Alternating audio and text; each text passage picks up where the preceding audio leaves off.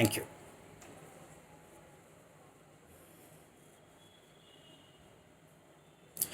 Raise your hands if I ask you to be a king of a kingdom.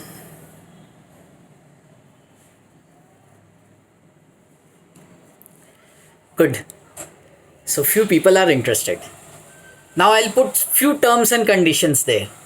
Raise your hands if I ask you to be the king of a very prosperous kingdom, but at the end of your 5 years, you'll be thrown into one of inhabited forest. Okay, there are few takers. Very good. Good morning, fellow Toastmasters and all guests. Far, far ago, there was one kingdom, magical enough and very prosperous.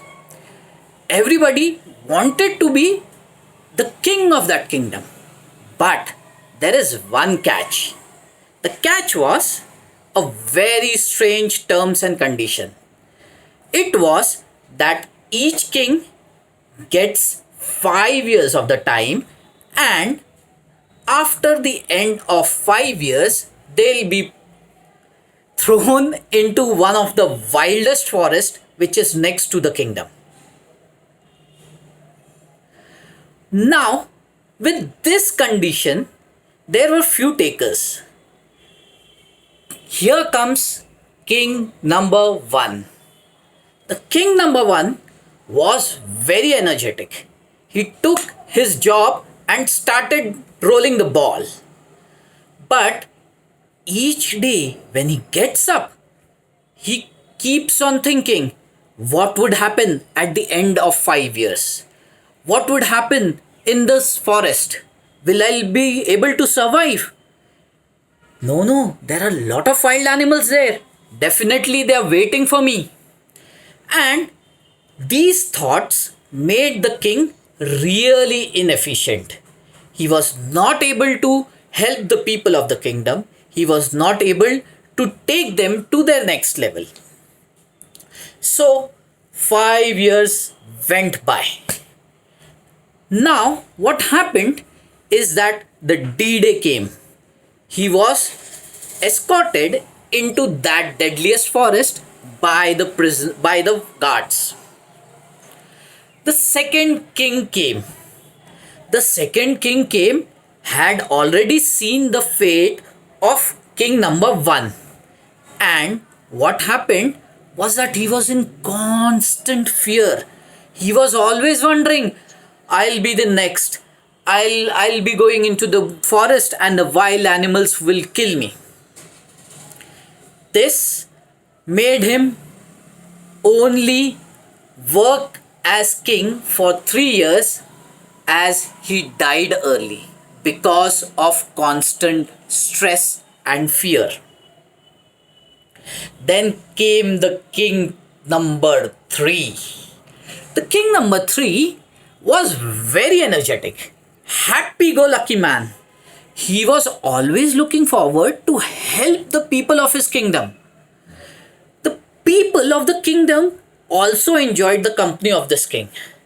They were looking forward for all the plans, executions, the good things that the king number 3 is bringing into the kingdom.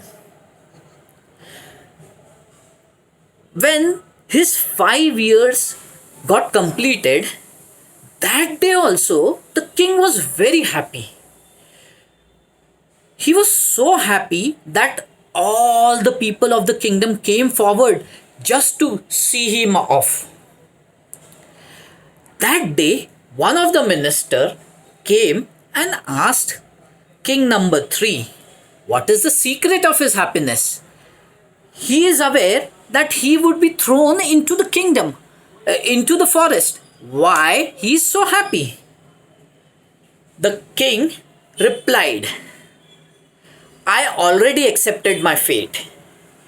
And continuing his story, he said that when the people of this kingdom elected me as the king, I already know what I have to do in next 5 years.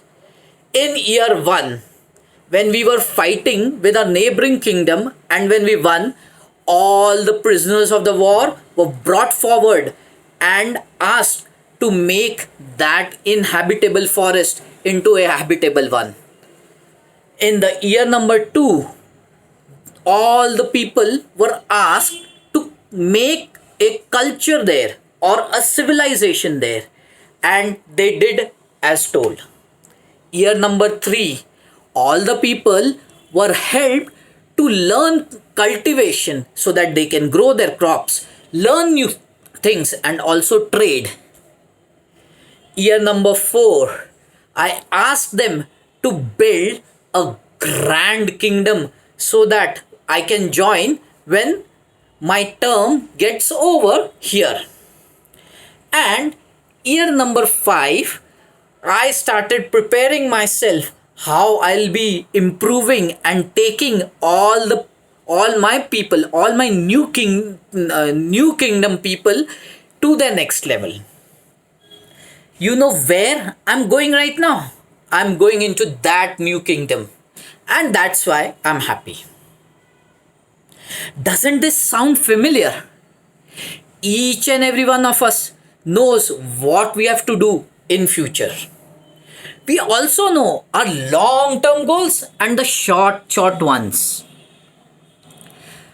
Take each and every short goal and keep the vision of the long goal, and definitely you'll succeed. At the end of this story, I would like to say you have the right and the time to control your future, and don't be a prisoner of your past and focus on the future. As quoted, a journey of 1,000 miles begins with a single step. The single step is planning your future. Over to you, Toastmaster of the Day.